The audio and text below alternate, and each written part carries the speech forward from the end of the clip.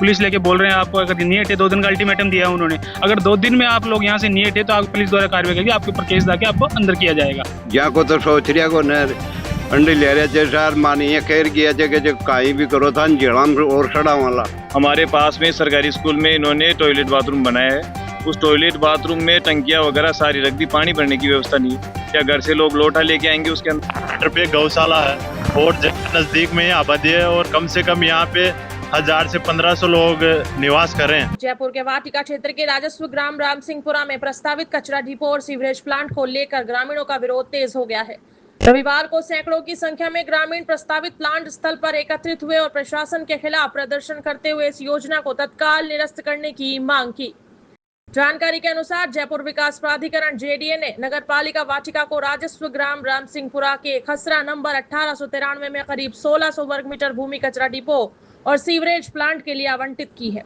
भूमि आवंटन की सूचना मिलते ही ग्रामीणों में भारी नाराजगी देखने को मिली। ग्रामीणों का कहना है कि जिस भूमि पर प्लांट प्रस्तावित है वहां वर्तमान में गौशाला संचालित हो रही है।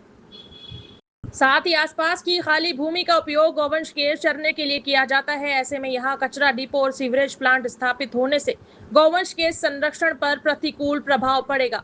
हम कचरा डिपो और सीवरेज प्लांट का विरोध करते हैं। यहाँ गौशाला है, आसपास आबादी है, इससे दुर्गंध और बीमारियां फैलेंगी। प्रशासन को इस योजना को किसी दूसरे उपायुक्त स्थान पर स्थानांतरित करना चाहिए। प्रदर्शन कर रहे ग्रामीणों ने यह भी बताया कि प्रस्तावित स्थल के निकट कई आवासीय ढाणियां स्थित है। उनका कहना है कि यदि यहां कचरा डिपो और सीवरेज प्लांट बनाया गया तो दुर्गंध, प्रदूषण और संक्रमण फैलने की आशंका बढ़ जाएगी, जिससे स्थानीय लोगों के स्वास्थ्य पर गंभीर असर पड़ सकता है। ग्रामीणों ने जन स्वास्थ्य और पर्यावरण संरक्षण का हवाला देते हुए प्रशासन से इस योजना पर पुनर्विचार करने की मांग की है। ग्रामीणों ने प्रशासन से आग्रह किया है कि कचरा डिपो और सीवरेज प्लांट को किसी ऐसे स्थान पर स्थापित किया जाए जहां आबादी और गौशाला प्रभावित न हो। प्रदर्शन के दौरान ग्रामीणों ने चेतावनी दी है कि यदि उनकी मांगों पर शीघ्र सकारात्मक कार्रवाई नहीं हुई तो आंदोलन को और व्यापक रूप दिया जाएगा। जी, मामला यह है कि हमने सारे अधिकारियों को अवगत करा दिया है। ईओ साहब 2-3 बार आए, हमें धमकी देके गए, यहाँ पर पुलिस की प्रशासन लेके आए हैं, पुलिस यहाँ पर हमें खदेड़ने की बात कर रहे हैं। पुलिस लेके बोल रहे हैं आपको अगर नहीं हटे 2 दिन का अल्टीमेटम दिया है उन्होंने। अगर 2 दिन में आप लोग यहाँ से नहीं हटे तो आप पुलिस द्वारा कार्रवाई करके आपके ऊपर केस डाल के आपको अंदर किया जाएगा। ये धमकी देके गए हैं बाकायदा हम सभी लोगों को। यहाँ पर हम जेंट डालने को तैयार है, लेकिन ये प्लांट यहाँ पर नहीं लगेगा। हम पहले भी उनको बोले थे, अब भी हम यही बोल रहे हैं कि अगर ऐसा होता है तो हम मतलब यहाँ पर धरना देंगे।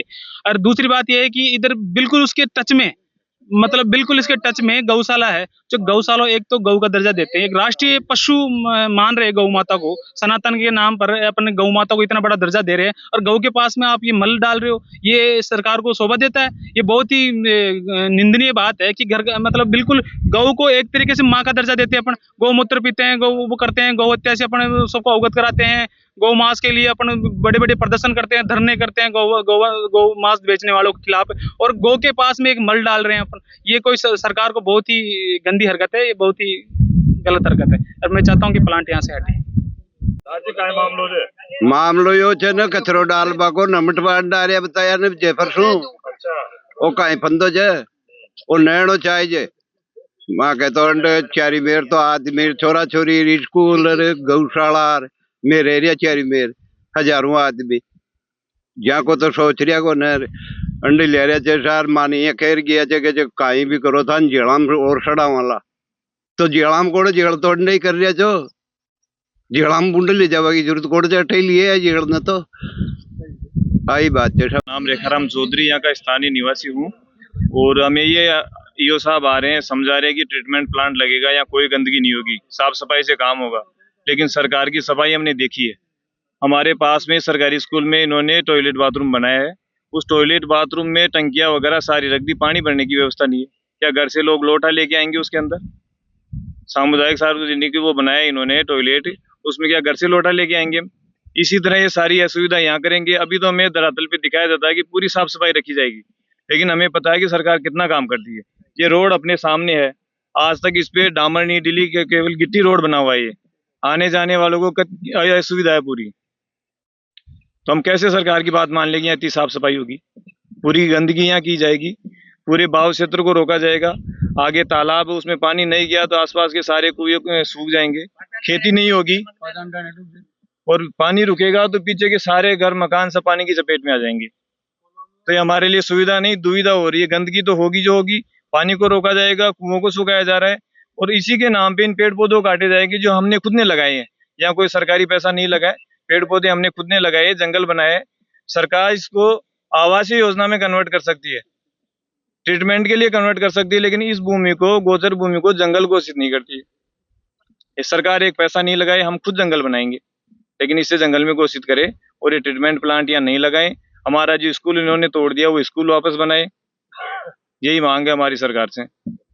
जैसा कि आप सभी को पता होगा कि जैसे सांगानेर क्षेत्र में जो वाटिका क्षेत्र है और नगर पालिका के अंडर में आता है, तो इसके द्वारा जो ट्रीटमेंट प्लांट अप्रूव किया गया है ये एक तरह से गलत है, क्योंकि यहाँ पे जैसे मीटर पे गौशाला है और नजदीक में ही आबादी है और कम से कम यहाँ पे 1000 से 1500 लोग निवास कर रहे हैं और जो पुश्तैनी शमशान घाट है वो भी 50 मीटर पे ही है और जो नजदीक में है वो एक स्कूल है, प्राइमरी स्कूल है।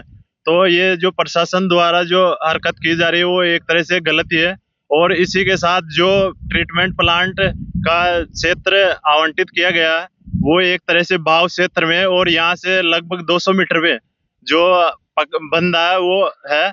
और जैसे अगर ये प्लांट बन जाता है तो भविष्य में अगर जो पानी आएगा वो पानी नहीं निकल पाएगा और इसी के कारण जो भाव क्षेत्र है उसको अवरुद्ध कर दिया जाएगा और जो पीछे की साइड ढाणियां उसमें पानी भर जाएगा। तो ये एक तरह से जलमग्न होने की तैयारी की जा रही है।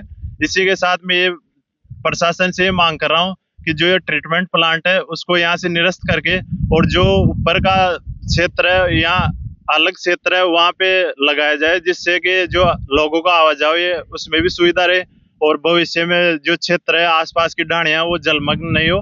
और इसी के साथ मैं ये बोलना चाहूंगा कि ये जो गौशाला है 50 मीटर पे, इसी का भी ध्यान रखा जाए, क्योंकि इस गौशाला में कम से कम 100 से 150 गाय है और ये गौशाला कोई आज की नहीं है, कम से कम 10 साल से ये गौशाला यहाँ चल रही है। तो यही मेरी प्रार्थना है प्रशासन से कि इस ट्रीटमेंट को यहाँ से कैंसिल करके और दूसरी जगह शिफ्ट किया जाए। धन्यवाद। क्या मामला था पूरा ये था कि हम ग्रामवासियों को तो ये परेशानी थी, नज़दीक की जो रजिस्टर्ड गौशाला है इसमें करीब 100 गायें हैं। अब इसी कचरा नंबर में से इन्होंने आवंटित की है, तो गौशाला की गायें भी बाहर निकलती है, इसके गेट के सामने से कर दी तो करना सभी गायों को भी दिक्कत होगी। आसपास के निवास करीब 1000-1500 को ढाणियों में निवास करते हैं तो इनको भी परेशानी होगी।